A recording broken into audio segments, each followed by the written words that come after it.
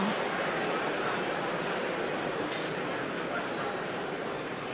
We would like to move swiftly on to the lunch program, and so to that end, it gives me great pleasure to welcome to the stage David Miliband, President and CEO of the International Rescue Committee and United Kingdom's former Foreign Secretary. David.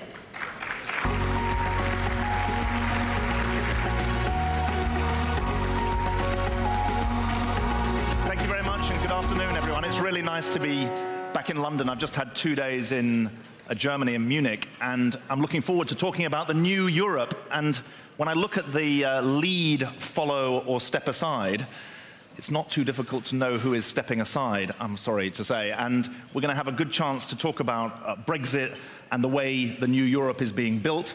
Living and working in New York now, I'm actually more optimistic about continental Europe than I've been for about 10 years. But before I do that, I'm going to speak for about 10 minutes about my day job, and then we'll have about 20 minutes with Adam Bolton for him to talk to me about some of the themes that you've been discussing today. And to start my description of the work I do with the International Rescue Committee, I don't want to start with new Europe, I want to start with old Europe. Let's see if the slide comes up. I'll get out of your way. These two handsome gents, on the left-hand side is my dad, and on the right-hand side is my grandfather, Ralph and Samuel. That's Clapham High Street in 1940.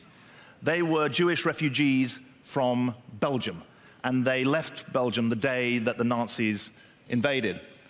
And then there's this group of school children, school-aged children, who arrived in the UK in 1946. And in the middle is my mother, Marion. She was a refugee from Poland after having been hidden during the war in Poland and survived the war.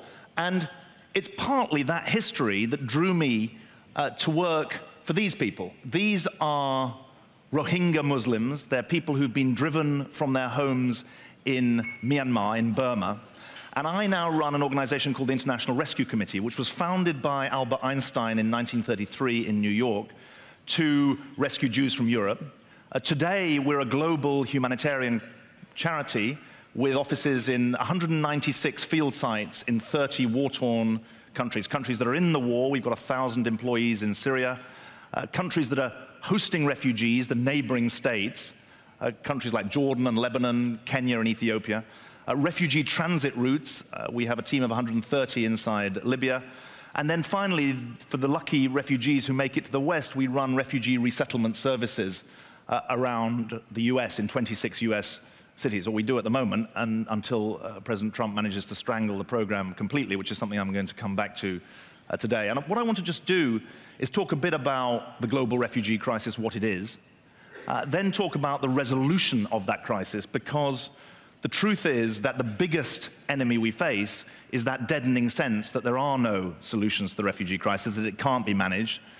And then I want to finish up by saying a bit about why I think the treatment of refugees, the way in which refugees and displaced people are handled, is a bellwether for the fate of the global system, for whether or not we can manage a global commons, which is more interdependent in a more connected world, and I hope to do so in a way that dramatizes the scale of the challenge we face.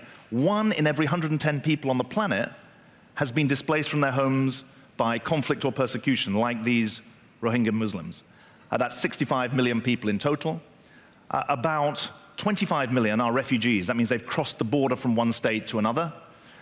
The remaining 40 million are what's called internally displaced people. That means that they've remained inside their own country. So in Syria, to take that as an example, there's about 5.5 million refugees who fled into the neighboring states. There's 7.5 million people inside the country. But what I want to explain to you is that the crisis is not just born of the scale, the number of people who've been displaced by war and persecution. There are 3 other things that are important. This young man is Frederick.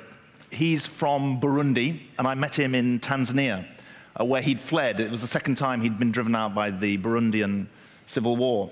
And the interesting thing about him is that he, like half of all the world's refugees and displaced people, is under the age of 18. So half of refugees and displaced people are kids. So Second thing that I just want to bring out, this is Khaloud. She was born to Palestinian refugee parents who lived, ironically, outside Damascus in Syria. When the Syria war kicked off, she became a refugee herself, and she now lives in a town in northern Lebanon, and she actually works for the International Rescue Committee. The point I want you to remember about her is that she's an urban refugee. She lives in a town, and she needs the income from the work that she does for us to pay her rent. She, along with 60% of the world's refugees, don't live in refugee camps. They live in urban areas. And the third and most tragic thing that I want you to remember about this crisis, this is a woman called Silo. When I met her, she was living in Dadaab, the world's largest refugee camp in eastern Kenya. It was home to about 300,000 people. She had 3 kids. You can't see them in this picture. One of them had an old T-shirt and it said Obama on it. It's not a bad definition of globalization. And I said to Silo, with all the naivety of someone who comes from the West, I said, "Do you think you'll ever go back to Somalia?" And she looked at me and she said, "What do you mean go back to Somalia? I was born here, in this refugee camp." And then when I asked the camp management how many people of the 300,000 had been born in that camp, they gave me the answer: 100,000 had been born there. So the average length of displacement for a refugee is 10 years. And once you've been a refugee for 5 years, it's a 21-year fate that faces you. That means that we have to think in radically new ways about what refugees need. And I just want to mention 4 things very briefly. If you're displaced for an average of 10 years, then it's obvious that refugees need to be able to work. This is a family actually in Uganda, which is a country that does allow refugees to work. They've just received 1 million refugees from South Sudan in the last year in Uganda. If refugees are going to be allowed to work in countries like Jordan and Lebanon, in countries like Kenya and Ethiopia, then they need a radically different package of economic support from the international system. Because for them, they've got unemployment among their own host populations. So we have to rethink the way we offer support to fragile states like Jordan and Lebanon, like Kenya and Ethiopia. Second obvious thing, if half of all the world's refugees are kids, then education becomes really important. But if you look, what's the proportion of the global humanitarian budget that's spent on education? It's 2%. That's just not just morally wrong, it's strategically stupid. There are 250,000 Syrian kids in Lebanon who've never had any education for the last 6 years. And I would say that's not just a big global problem, it's actually a massive global scandal. And next Monday in Chicago, I'll be pitching to the MacArthur board to win the $100 million prize that they have offered to solve a big global problem. And we're going to dedicate that $100 million if we win it. We're down to the last 4. There were 1,900 applicants for the MacArthur Prize. We're down to the last 4. If we win, we're going to dedicate that to tackling toxic stress, that's brain trauma effectively, among under 8-year-olds in the Middle East so that we can get them ready to learn.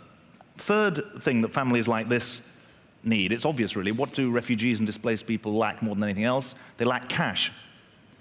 Yet at the moment, less than 6% of the global humanitarian budget goes on cash payments. It's built around giving people tents and food, whereas actually it'd be far more sensible to give them cash. We did a study in Lebanon. If you give a refugee $100, $213 circulates in the local economy. So you've got a win for the local host population, and you've got a win for the refugees.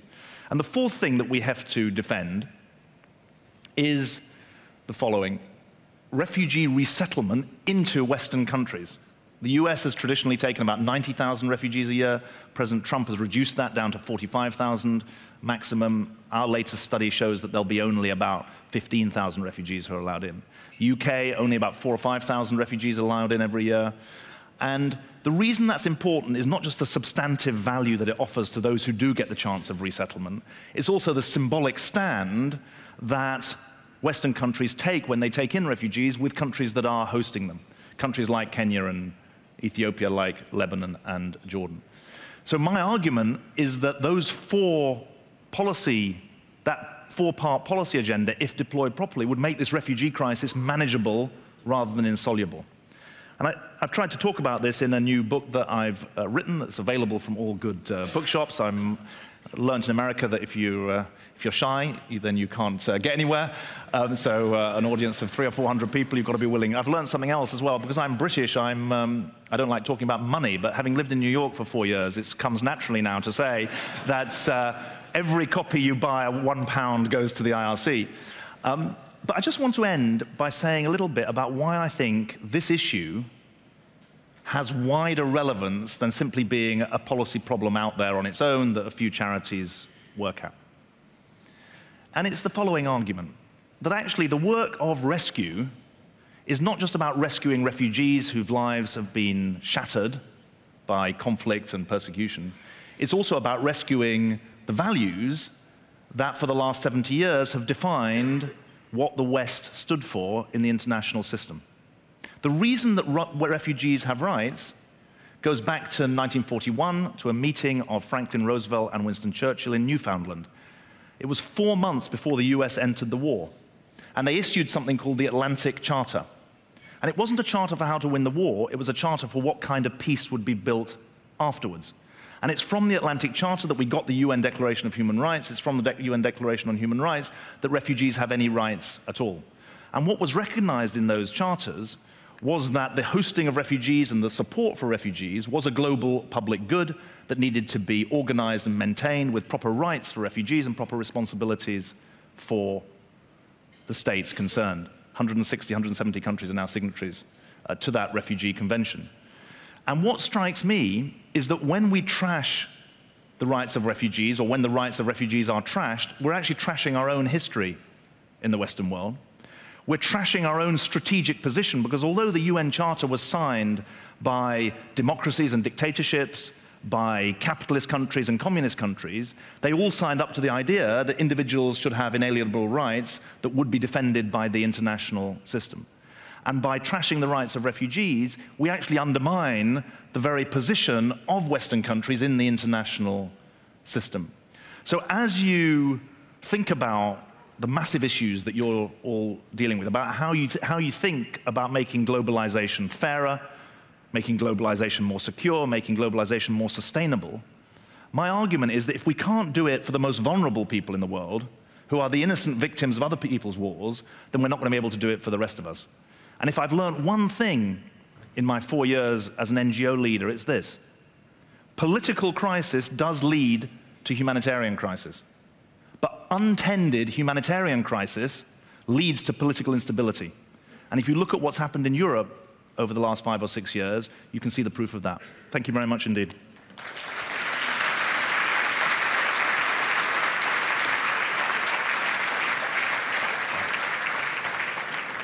And I think Adam is now gracefully going to come and, like a jazz duet, we're going to seamlessly walk into the next section. Normally I'd be introducing you, but you're introducing me.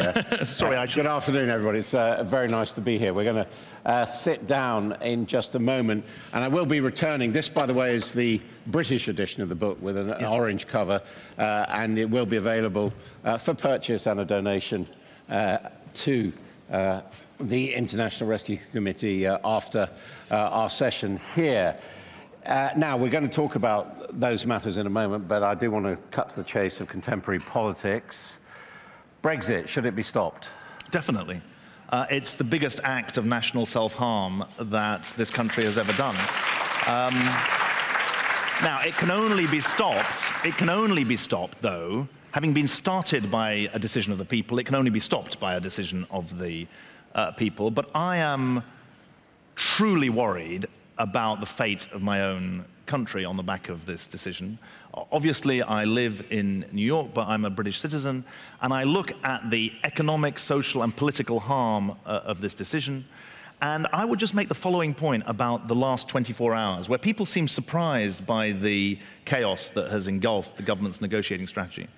The reason I think you shouldn't be surprised is not because I think the government are inherently incompetent, although they do quite a good advertisement for that. But the reason I think you shouldn't be surprised is that the problems that are being run into over the Irish border are not incidental to Brexit. They are integral to Brexit. Once you have a decision to leave the customs union, you run into these problems. And I really hope that Parliament does its job, because it's often said, well, the people decided, that's the end of the story. Democracy can't be allowed to die on the 23rd of June 2016. Parliament has a responsibility to scrutinise this deal, and I would argue, ultimately, to put the deal that is negotiated, not just the deal on the divorce, but the deal on the future, to a vote of the people. Do you think there should have been a referendum? Is that the way to deal with these things? No, I spent my 3 years as foreign minister, we had regular amendments put down to the Lisbon Treaty by the Conservatives arguing for a referendum. And I quoted back at them someone I don't often quote, Mrs. Thatcher, but she was quoting Clement Attlee, the 1945 Labour Prime Minister, who both of them said, referendums are for dictators and demagogues. And I'm afraid, I know what you're going to say next, but didn't New Labour start this referendum thing? I think that's a very legitimate point. I think we're a proud parliamentary democracy. I just had someone say to me in Germany yesterday, they said, look, we need you in Europe. You're the longest standing democracy in Europe. We need you part of us. We're just really sad about what's happened. And I regret that descent into referendumitis. I think that this referendum was spectacularly ill-cooked, but I don't think it's the right way to solve the problems in a representative democracy. I mean, isn't the correct way for people who feel as you do to work to make it as successful a Brexit as possible, rather than to hope to turn it round in a 2-year period? Well, I think you can do both. I think we want, I would say, if Brexit is going to happen, it should be a Brexit that leaves Britain as close as possible to the rest of Europe and as close as possible to the EU.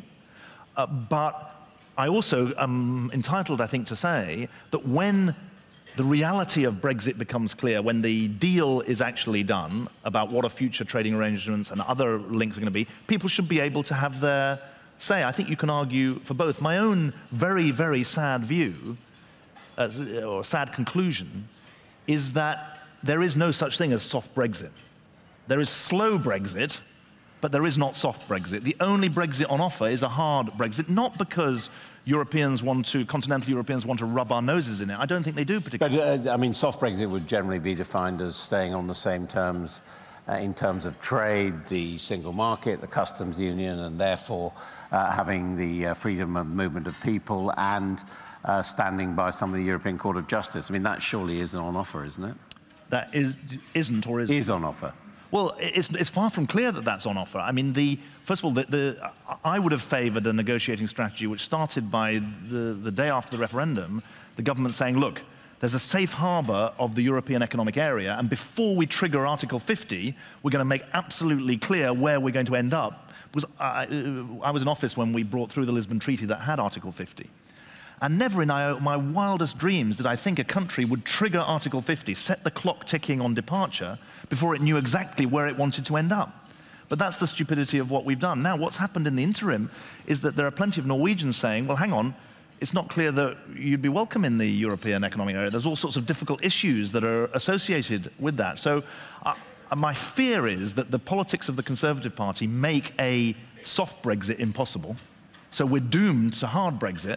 Hard Brexit wasn't something that people voted for, and I think they deserve the chance to have a vote on it. Relevant to what you've just been saying to us, how did you feel when in her first major party conference speech, the Prime Minister said, if you're a citizen of the world, you're a citizen of nowhere?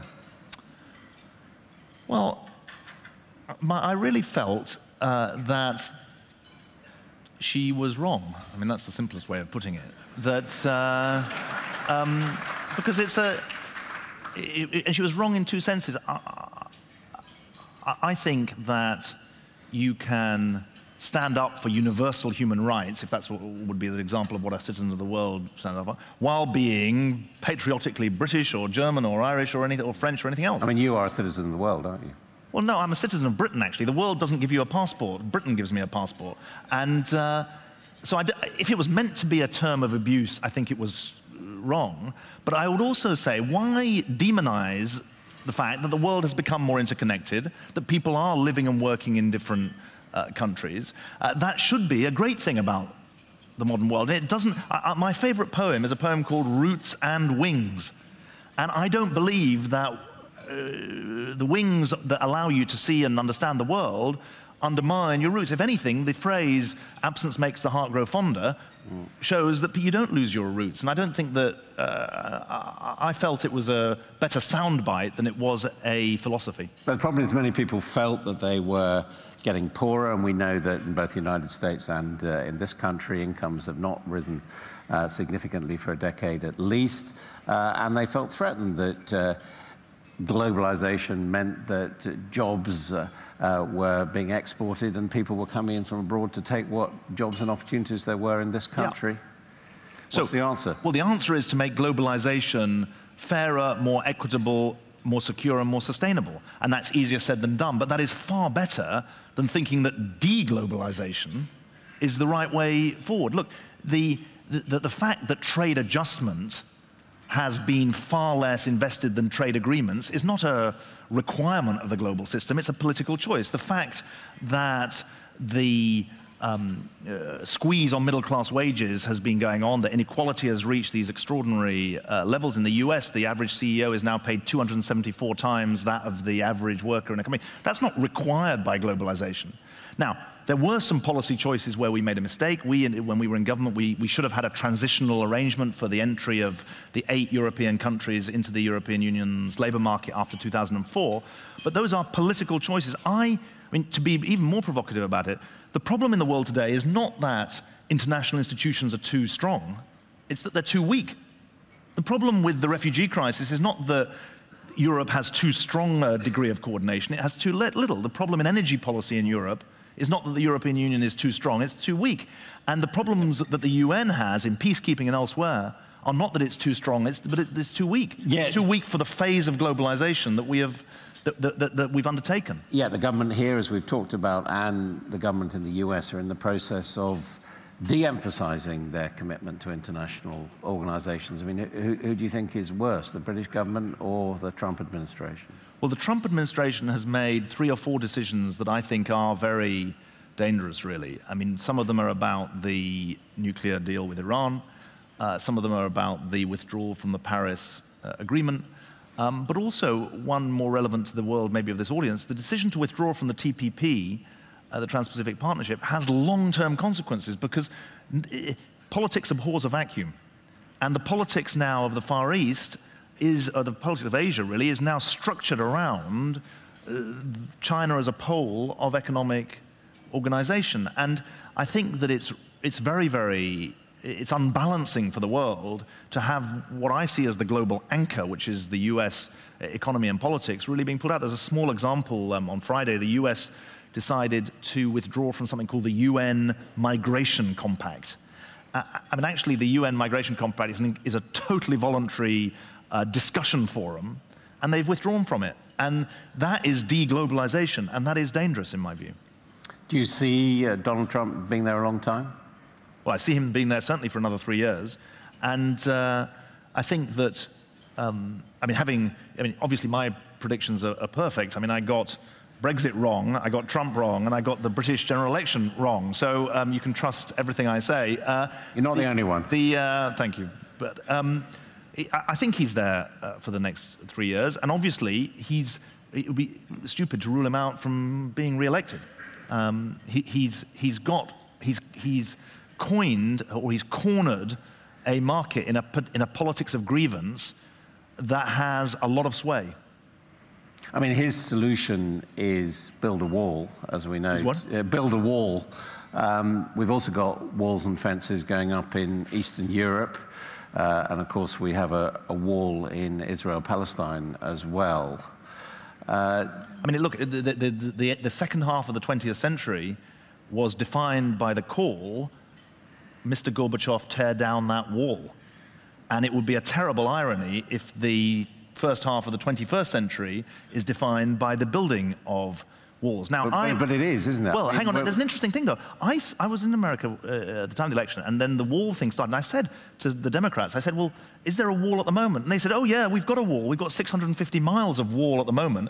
There just isn't a wall along the Rio Grande, because you obviously can't build a wall in the middle of the river. And that argument, I think, they got maneuvered out of position. I think the European issue is slightly different. It's completely right that citizens expect nations and groups of nations to track who comes in and who goes out, and preferably also who's rejected for admission. That is what Europe failed to have. It's only now, it does now have something called the entry-exit system.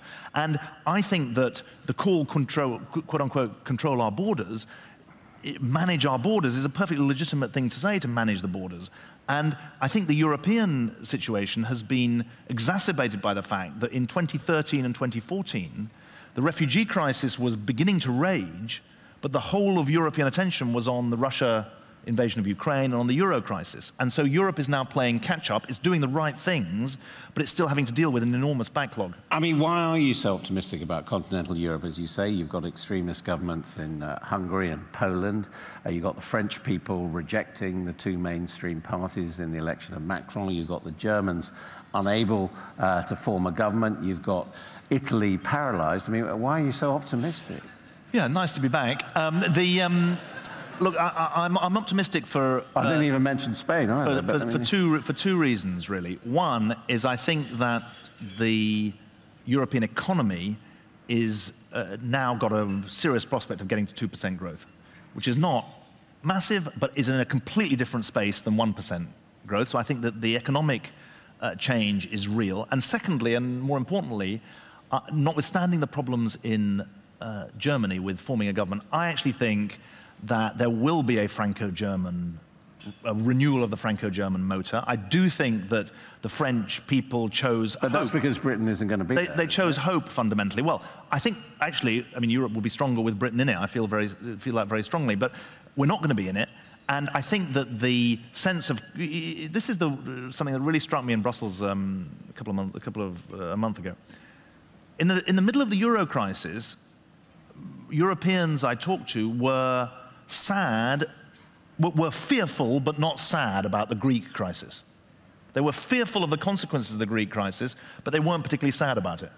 With Brexit, they're sad but not fearful. They're sad because they don't want us to leave, but they shrug their shoulders and say, well, it's your decision. They're not fearful that it's an existential threat to the European project. And actually, if anything, it's given a bit of momentum to it. Brexit and President Trump's opposition undoubtedly helped President Macron, or then President-elect Macron. And so I think that Mrs. Merkel sees it as her defining duty to cement Germany's position as a co-leader of the European Union with France. And I think that that will give the kind of impulse that Europe needs.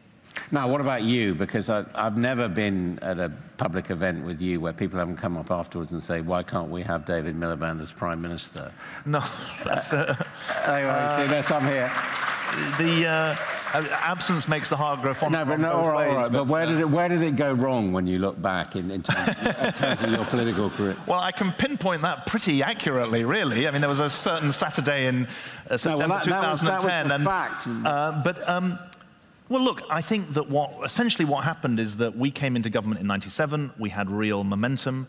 After 2005, I think we gradually lost that momentum. And I talk about this a bit in the book. I think that our problem after 2007, after 2010, was that Labour spent too much time defining itself against its own past, rather than defining itself against the Tories, and more importantly, defining itself against the future of the country. I mean, do you think... And I feel that to the extent that I take my responsibility for that happening, and to that extent, that's the best... I mean, do you think it was a mistake that you didn't overthrow Gordon Brown? No, I'm not going to start saying that, because You could have done. Well, no, I don't think there wasn't the force or group of people to do that. There wasn't the support for that. And the financial crisis the government grappled with in 2008-9 in a serious and determined and effective way. So I'm not going to go back. What about not becoming European Foreign Minister? Was that a mistake? Well, then that's more difficult, isn't it? But let's not. You can't run your life by pressing the rewind button. You've got to do what you think is right at the time. I felt it was important to see through the time in government, to try and lead the party. It didn't work out. One of the things I learned about myself is that you should only ever want to do something if you really are committed to doing it. But you shouldn't do something if you're so worried about the prospect of failure that you wouldn't be able to live with yourself. I mean, and that's, maybe that's hyper-rational, but that is part of who I am. And I think that this isn't a memoir that I've written, but I did want to try and address some of the aspects to it. And I think it was a failure of renewal of our politics. And in a way, centre-left parties are still paying for that. This does relate to what you're saying about rescuing refugees. I mean, one thing you do think now quite clearly is that the invasion of Iraq was a mistake. Definitely, definitely. I'm absolutely clear. And when did you conclude that? Well, pretty early. I mean, pretty early on, in that the war was won, but the peace was lost.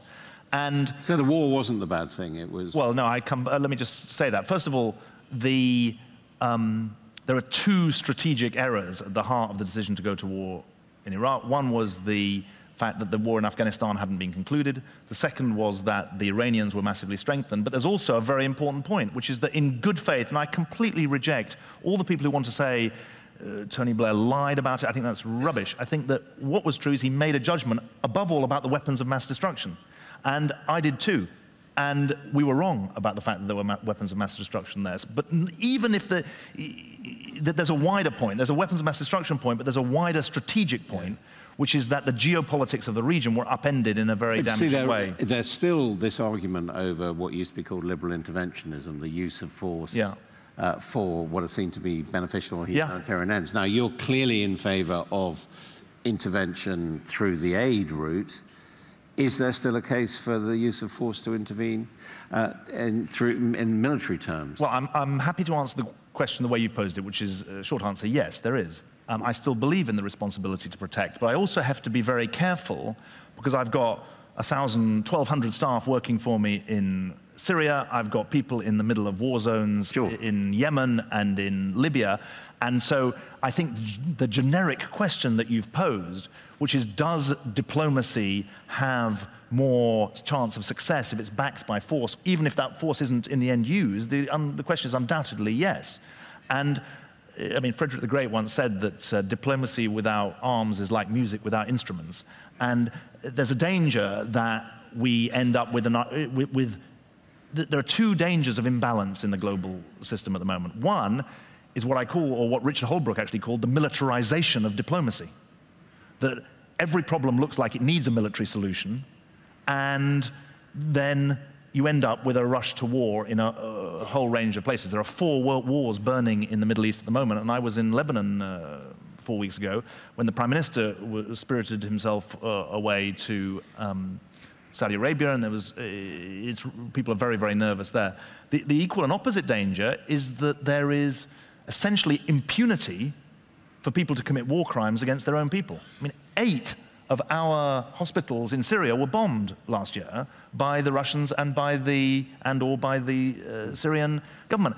And there's no sign that there's going to be any accountability for that. And I just say to people that that is the idea that the Wild West can be exported around the world, either through danger number 1, which is that you militarize diplomacy, or danger number 2, that impunity becomes the scourge of the world as dictators think that they can do anything. I warn you, both of them have really severe consequences. This morning I had the privilege of interviewing Ai Weiwei, and he's just made a film called Human Flow about the refugee crisis across the world.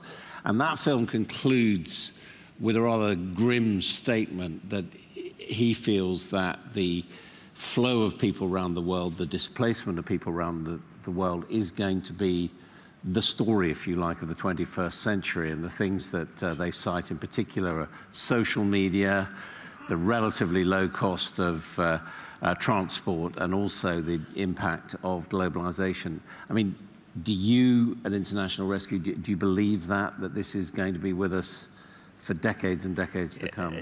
Yes, basically. I mean, I think that what we're living through is a trend and not a blip.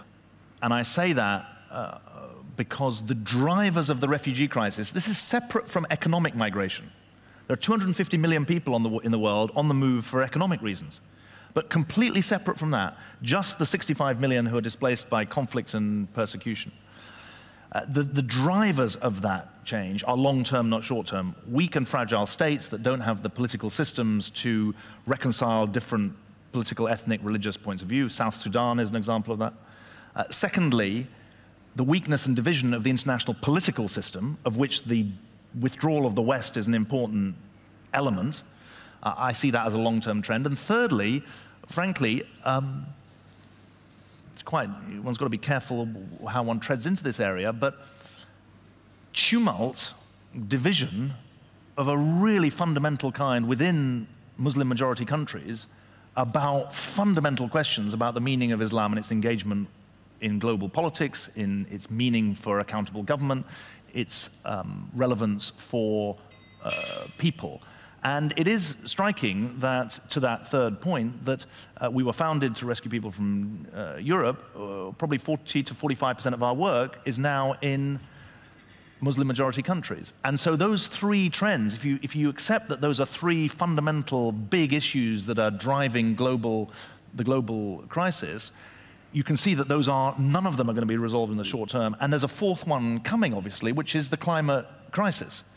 Because although climate, I shy away, I don't like the term climate refugee, because there are relatively few people who are going to be forced to cross a border simply because of a change in climate. And it's hard to say that it's not safe for them to go back to their own country, although it might not be safe for them to go back to their own community. There's no doubt in my mind that climate change, resource stress, is a multiplier of conflict and is therefore a multiplier of the kind of people movements that we're seeing.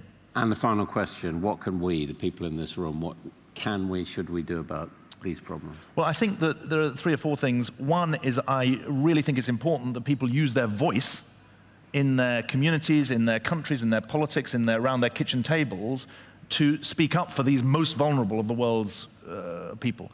Secondly, if you're an employer, in any country that's hosting refugees, not just Western countries, but there are people here from 30 countries, is give refugees a chance to work, because they will turn into productive and, if they're given citizenship, patriotic citizens. Thirdly, if your company has a CSR policy, ask yourself, are we delivering corporate social results? Not just corporate social responsibility, corporate social results. If you've got an advertising team, if you've got a strategy team, if you've got a legal team, we could use their time and brains and effort to help the work that my charity does or that others do. And then finally, to the point that I raised earlier, obviously, we are a $730 million organization. We've got 27,000 staff in 196 field sites. But we've grown by about, well, we were 4 years ago when I joined, we were only $430 million. But the other big change is that we've gone from being 10% privately funded to 20% privately funded. So we're now raising $160, $170 million a year from individuals, corporations, and foundations. And I told you I now had been in New York for 4 years, so please get your checkbooks out and make your contributions both individually and collectively for your company, because this is a crisis and that we're on the absolute front lines of, and the colleagues that I've got on the front line are doing absolutely amazing and heroic work, and I think you'd be very proud to be associated with it. David Miliband, thank you very much indeed. Thank you very much.